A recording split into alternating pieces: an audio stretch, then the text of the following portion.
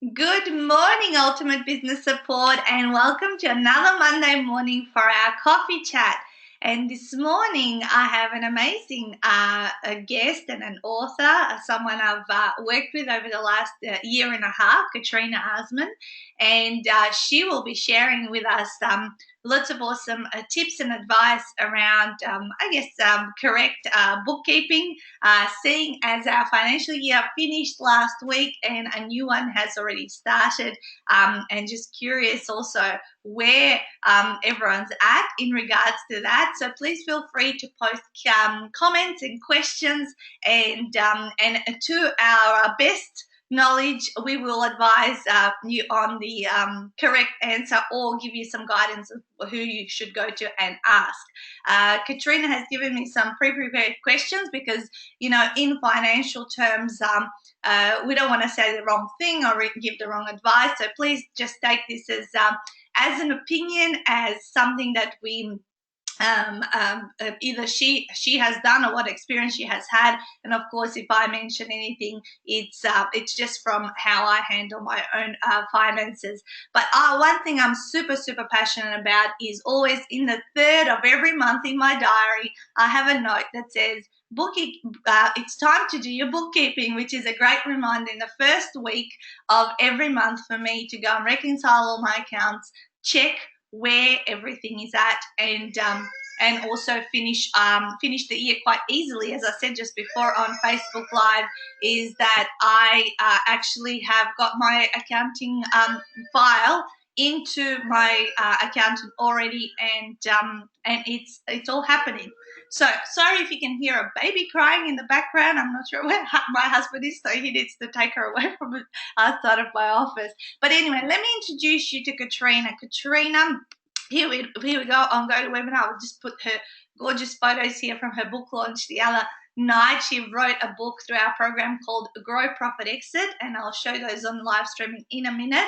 But let me give you the official introduction on who she is. She ran for 15 years a successful bookkeeping practice, and Katrina understands the frustrations and challenges of trying to grow your business while working in it. Many times she wished for practical support and solutions to help streamline her systems, save time, and boost business productivity and profits. A fully qualified accountant and trainer, Katrina has harnessed these learnings and established Bookkeepers HQ, providing unique solutions and support to bookkeepers. Katrina offers customized programs to type poor business owners via mentoring strategy sessions, workshops, and webinars.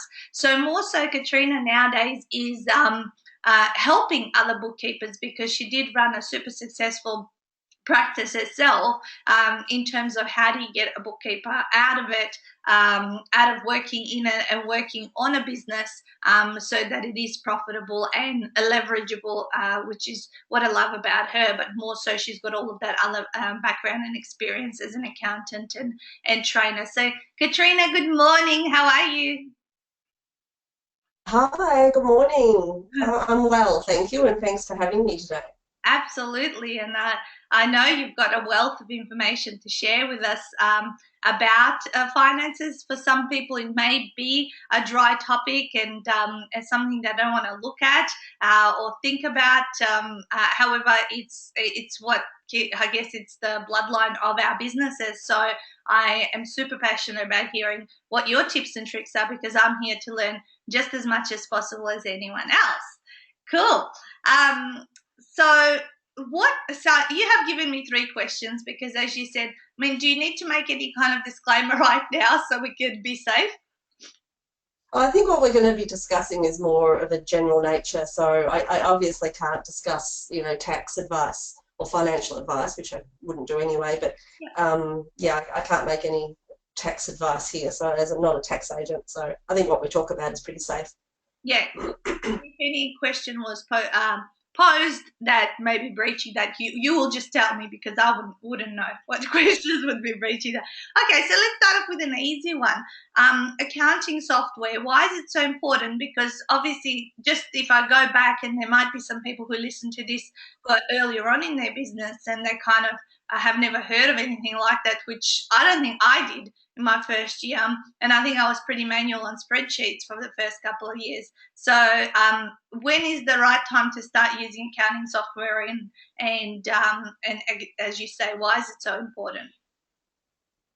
Yeah, I think with accounting software, it's a good idea to start it as soon as possible. So as soon as you start your business, ideally you should have your own separate business bank account as well. So you need to get yourself organised when you start a business fresh. And it's a good idea to get an accounting software. And it's so important to have, because it gives integrity to the figures that you're putting in. So obviously an accounting software is a computer program that is going to be recording all your transactions for your business. So you can track the GST if you are registered for GST. You can track your GST a lot easier in a computer program, an accounting software, rather than on Excel spreadsheets. You can get some reporting out of your accounting software. So ideally, small businesses should be looking at their profit and loss statements so that the summary of their income and their expenses every month. So it's important to have an accounting software to be able to do that very simply. And often an accountant won't, or a tax accountant won't look at your figures if they're in an Excel spreadsheet. They really do want them into an accounting program because it proves that they are reconciled to the bank and that you have included all of your business transactions. If you're doing it on an Excel spreadsheet, it's quite possible to miss transactions and then miss tax deductions. So it's really critical, and it's not all that expensive to own or purchase a software. It can be as little as $10 a month for an accounting software. Yeah. And a lot of them now are a lot easier to use because they're in the cloud, so you can use them anywhere at any time, on your phone. And they also draw information from your bank account. So we talk about bank feeds in these accounting software. So all of the information that has gone in and out of your bank account, and that's why it's important to have its own business bank account, that all draws straight into your accounting software. So you don't have to, find your tax receipts and your invoices and things, because the monetary amount and the transaction details already appears in your software. So with the advance of the softwares nowadays, that it's all cloud-based and bank feed, just makes it so much easier for small businesses to access the software and report on their business. They can have it immediately. You can have every day can be up to date. So I think it's important for businesses to take their business seriously and get an accounting software.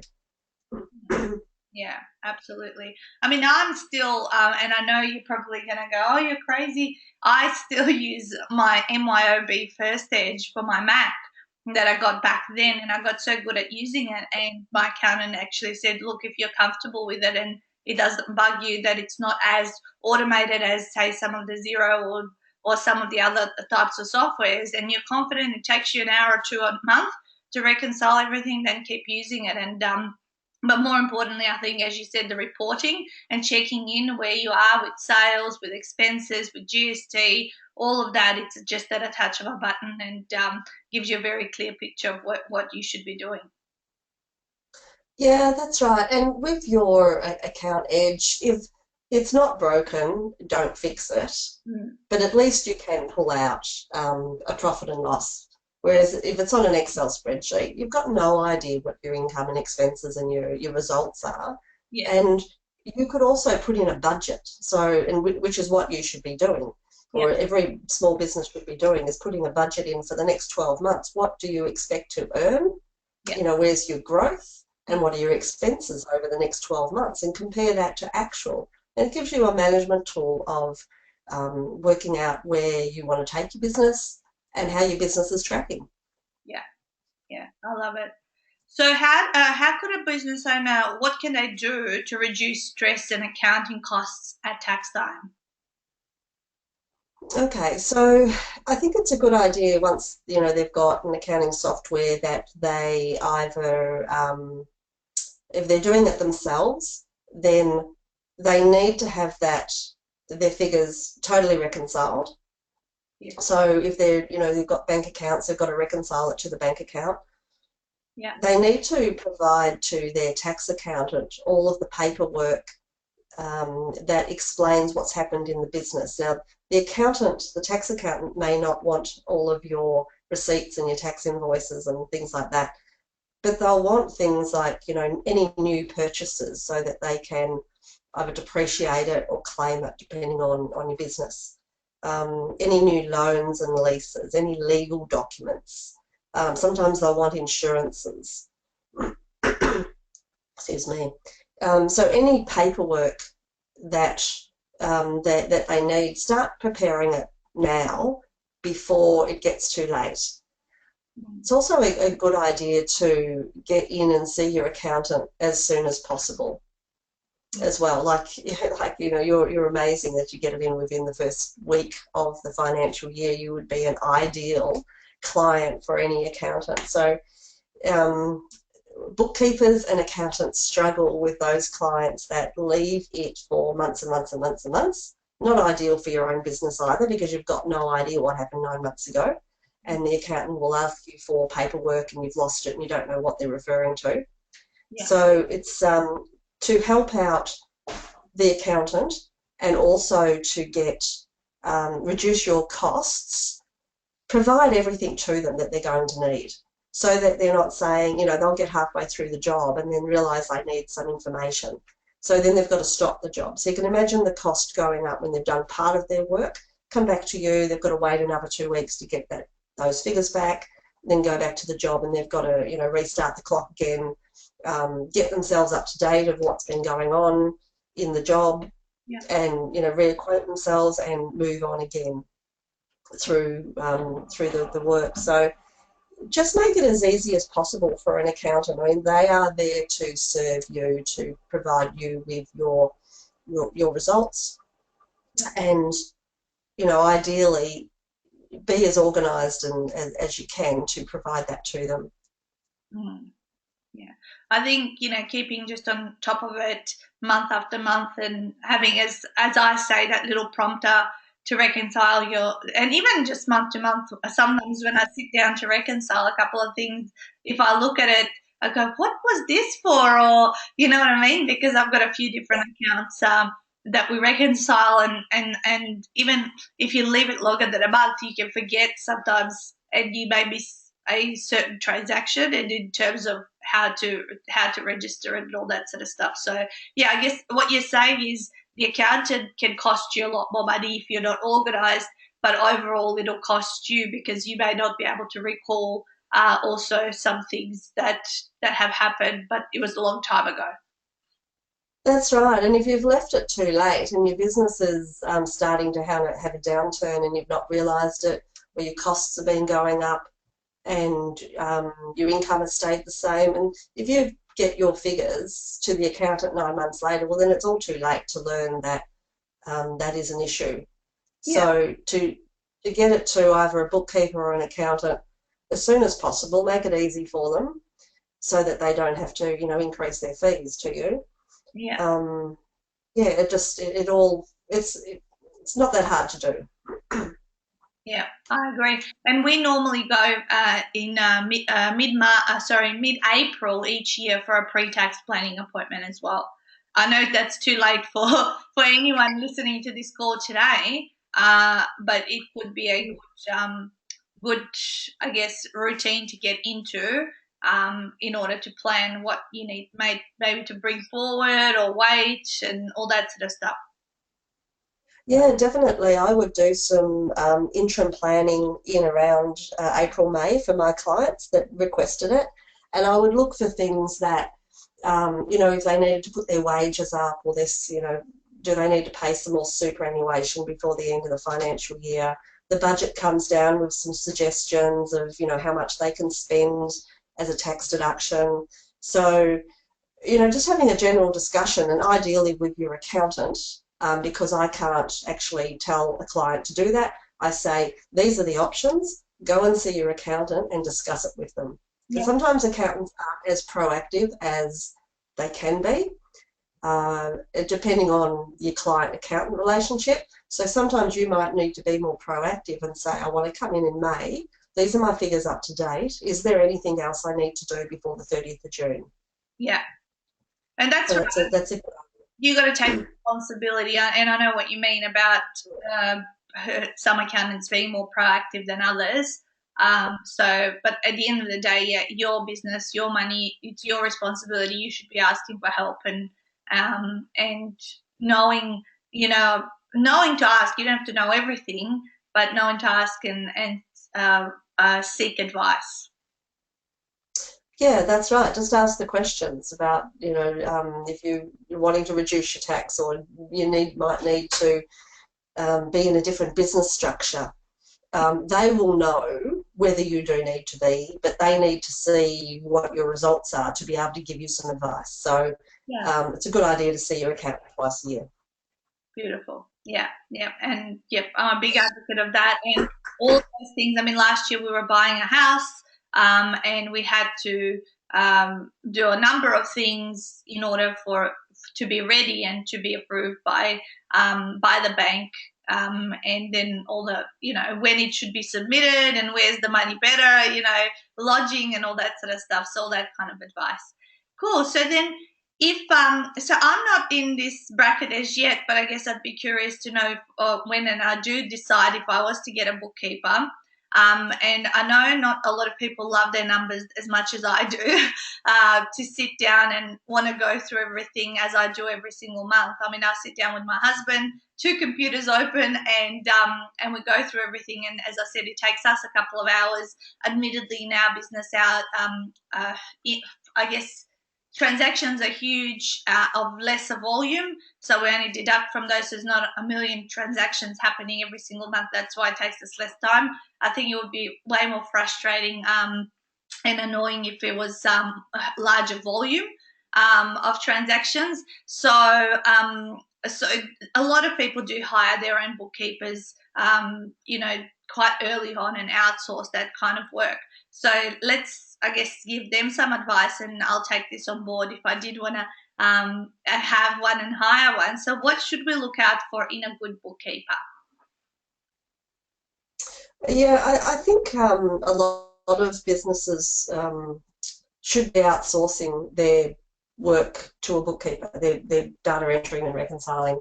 Yeah. And the main reason is so that you work on your own business. So you work in your, on your business, you do your own marketing, you're building your own business, rather than doing something that you're not skilled to do. I mean, in your case, you've been doing it for a long time, and as you say, you've got your little system down pat. But you've probably had a little bit of experience. Also trained by a bookkeeper, so I actually paid for training to go and learn, just to give everything. Yeah. I didn't just kind of learn it off the cuff. No, you do need training, because you need to be able to put the transactions in the right areas. You do need to reconcile your bank accounts to give integrity to your figures. So when you're looking for a bookkeeper, the whole bookkeeping industry has changed over the past 5 years, where bookkeepers now need to be registered as a BAS agent. So to be able to do bookkeeping and code transactions and record wages and take out the PAYG withholding, they need to be a BAS agent. And to do that, they need to be qualified. So they need to have a certificate 4 in bookkeeping at the very least. Yeah. And then they need to have like 1,000 or 1,200 hours of bookkeeping experience supervised by a BAS agent. So it's not so easy to become a BAS agent anymore either. Yes. So, and to do the bookkeeping legally now, you need to be a BAS agent. So when you're looking for a bookkeeper, you need to ensure that they are registered as a BAS agent. So you can go to the tpb.gov.au website to check that your bookkeeper is a registered BAS agent. Yeah. Now, there are bookkeepers that are in the process of becoming a BAS agent, so they are closely supervised by other BAS agents, and they also need work. So if they are trying to become a BAS agent, then they may still be a very good bookkeeper and use the softwares and so forth. So that they're probably still, a good option, depending on your level of complexity in your business that you need, how much experience you need in a bookkeeper. Ideally, they want to be certified in the software that you use, whether it's MYOB, Xero, or QBO. So they need to be certified in those softwares, which means they're getting trained in it. They've done courses, Yeah. and they're getting the support by those softwares as well.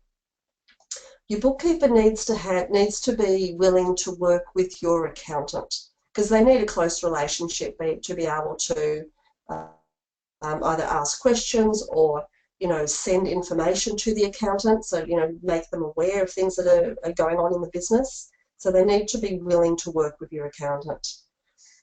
To find a good bookkeeper, it's probably the best way as anything is getting a recommendation from another business. So you might have a colleague or a friend in business that has a bookkeeper, so they could possibly recommend their bookkeeper to you. Or maybe your accountant could recommend a bookkeeper.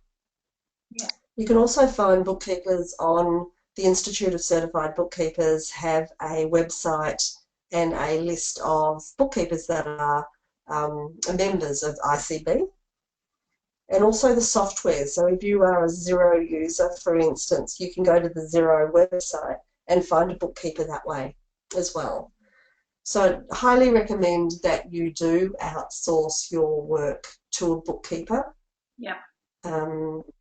Because then you can work in your business and do what you do best. You probably get, good money for what you do and want to enhance and, create your business, increase your customer base, do all the right things for your business and your customers, and worrying about the bookkeeping and the reconciliation and where do I put this transaction, how much GST do I, have to have, and do I have enough? The cash flow. There's so many things to worry about for a business that just taking that compliance out of it is ideal. I guess that's what outsourcing is. We outsource for different things. Outsource cleaners. We outsource for VAs. So a bookkeeper is an investment in your business. Yeah. I absolutely agree, and it's everything you outsource, and the very last thing you outsource is sales and marketing, and that's when your business is absolutely super successful. So I always say, administration, bookkeeping, as you say, cleaning, and that kind of support at home, so that you can do what you do best. I love it. All right. Well, thank you so much. So let's go through my 3 questions asked of every single one of my guests, because I always pick up different insights from each of them. Karen, who's just jumped on the call, we've been sort of I know that a lot of people wouldn't have been able to come live today, even though there is quite a few already of you on the call, but we did promote and advertise that this had to start at an earlier time today. We started at 8:20, and the recording will be up in YouTube, and it's already live streaming and up from the beginning. You can start watching it on Facebook as soon as we finish. But yeah, we have to start earlier because I have a 9 o'clock sharp meeting. Okay, so my 3 questions. These are a rapid round. We have about 6 minutes to go till we finish up. So I ask everyone, how do you achieve balance? So now that you are, you sold your practice last year or the year before, and you're also like on an entrepreneurial kind of different type of business this time around, how do you achieve balance in your life? I have a day off a week, so Wednesday is my day off. Yes. So that helps, get out and do some shopping or, just some personal stuff that I want to do. Yeah. And often just go out for a coffee or breakfast with friends or my daughter in particular. So just making time for things that I enjoy to do. Beautiful. So for you, it's like have it halfway through the week. So then, it breaks it up and, do 2 hardcore days, have a day in the middle, so another 2 more days, and then the weekend, yeah? Yeah, that's right. I just look forward to that Wednesday. Yeah. And yeah, yeah. So it just breaks up, just and give yourself a balance because especially as bookkeepers, you just work 50-hour weeks or Yeah.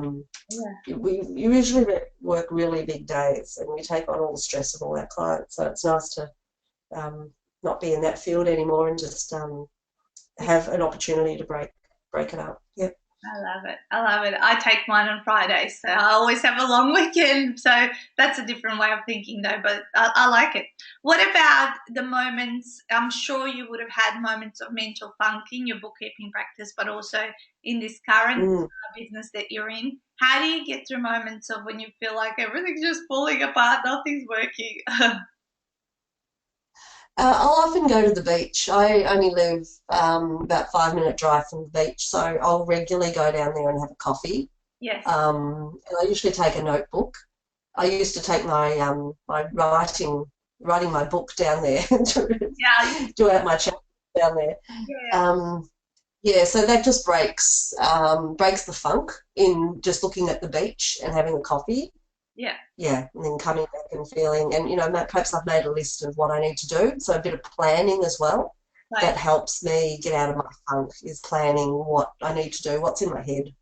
Mm, get it out. Yeah. A lot of people say yeah, go back to, looking at water, running, exercise, music. It seems to be we're all similar human beings, aren't we? And yeah, setting down a plan in place, at least you're feeling like you're doing something about it, I would say. Yeah, I love it. Okay, and my last yeah. question to you is there a specific tool, an app, or something that you do that we can take on board or check out ourselves, that you can share with our listeners? Yeah, I use a little app called Todoist. So Todoist. Yeah. So it is a to-do list, Uh-huh. and it's on my phone, Yeah. and it's also you can link it to your Outlook Mm-hmm. because I have Windows. Mm-hmm. So if I open up my Outlook, my Todoist is on the right-hand side, and it synchronizes to my phone, so I can actually write a to-do list anywhere I am in my phone, and it will synchronize to my computer. So when I open up my Outlook in the morning, I'll find out the things that I need to do, Love it. Oh, that's great. which I'll keeps check me it out. I use organised. And Yeah, go. yeah, I get to tick it off too. So it's like, you write it down, tick it off. So it's similar type of thing. Ah, I love it. I was looking for a to-do list type of app, and I downloaded a couple, and then I sort of, I don't know, stopped using them. I might check this one out as well because I do also like physically writing them down. But I guess what happens if you lose that piece of paper, you can't find it, all that sort of stuff that can happen. Yeah, that's right. Cool. We might Yeah. put this under the recording of how you spell that. And I think you mentioned another place where you can check out if your accountant is registered as a your bookkeeper is registered as a BAS agent. Maybe we can put a couple of those spellings under the recording of the live stream as well as once I get this up on YouTube and all that sort of stuff, so people can look them up. Beautiful. Awesome. Thank you so much, Katrina. I think that was very valuable. Lots of things that we should be thinking about and considering at this time of the year. Bottom line is learn to love your numbers and to face them, I believe, and just enjoy, watching your business grow. Maybe in the beginning it won't seem like anything is happening. And yes, I did say I used to be on spreadsheets for the first probably about 18 months, I believe. And but still, week to week, I would sit down and share with my masterminders last week what I used to do, and showed them my old spreadsheets, which I still have in a computer and a display book. And I said, look, guys, there was nothing to report on income for many weeks, and then lots of expenses. But week after week on a Sunday, I would sit down and log everything down, so it was still all very fresh in my head. So it's just super important to just know whichever way you're doing it, that you're keeping your finger at a pulse and you can generate reports like that. Okay, so yes, Karen, is talking about the amended email.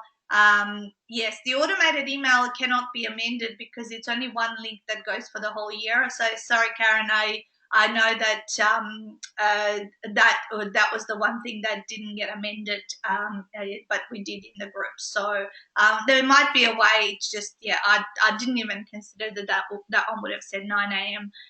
But the good thing is we have 2 awesome recordings which you can go back and listen to. All right, guys, so I haven't got links as yet, but our UBS live events, last week Melbourne was a hit with John Di Natale, and the next scheduled meeting for Melbourne, let me turn this around on live stream, is a 28th of July in the Hawthorn Library, and then we've got the Sydney and Adelaide events on the 19th of July. So we are going to have the links ready and for you next week, so I will put those up. If you are from one of those cities, then put them in your diary if you want to go along and do some offline networking with your fellow UBS members. The next couple of things that are coming up, I'm yet to announce a guest for next week, but we do have the Ultimate Brand Accelerator Masterclass, which will be coming up in July, 19th and 20th of July. That's 2 action-packed days with about 50 to 70, if not more, participants, amazing networking, learning, and this is something we host 3 times a year. It is just $247 for a lifetime access to these masterclasses, which means if you come once, you can come again and again and again, and we love coming together every 4 months to host these and add value to our clients, our authors, and also the greater UBS community. So that is happening soon. And I thought it was very apt to finish this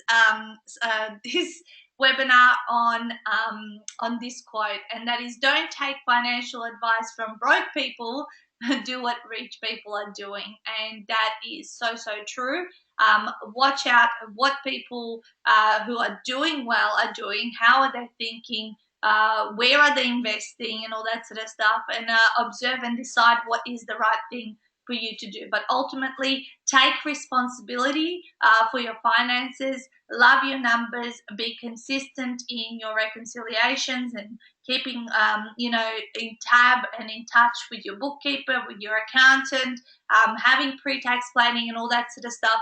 And that is how you will have a sustainable business and continue to see your little chart grow exponentially. All right, I better go and get ready for this meeting that starts in 7 minutes. So have an amazing week, and look out for who our next guest will be next week. Absolutely, we're back at 9 a.m. sharp this time. See you guys, and thank you, Katrina. Thanks, Nat. Bye.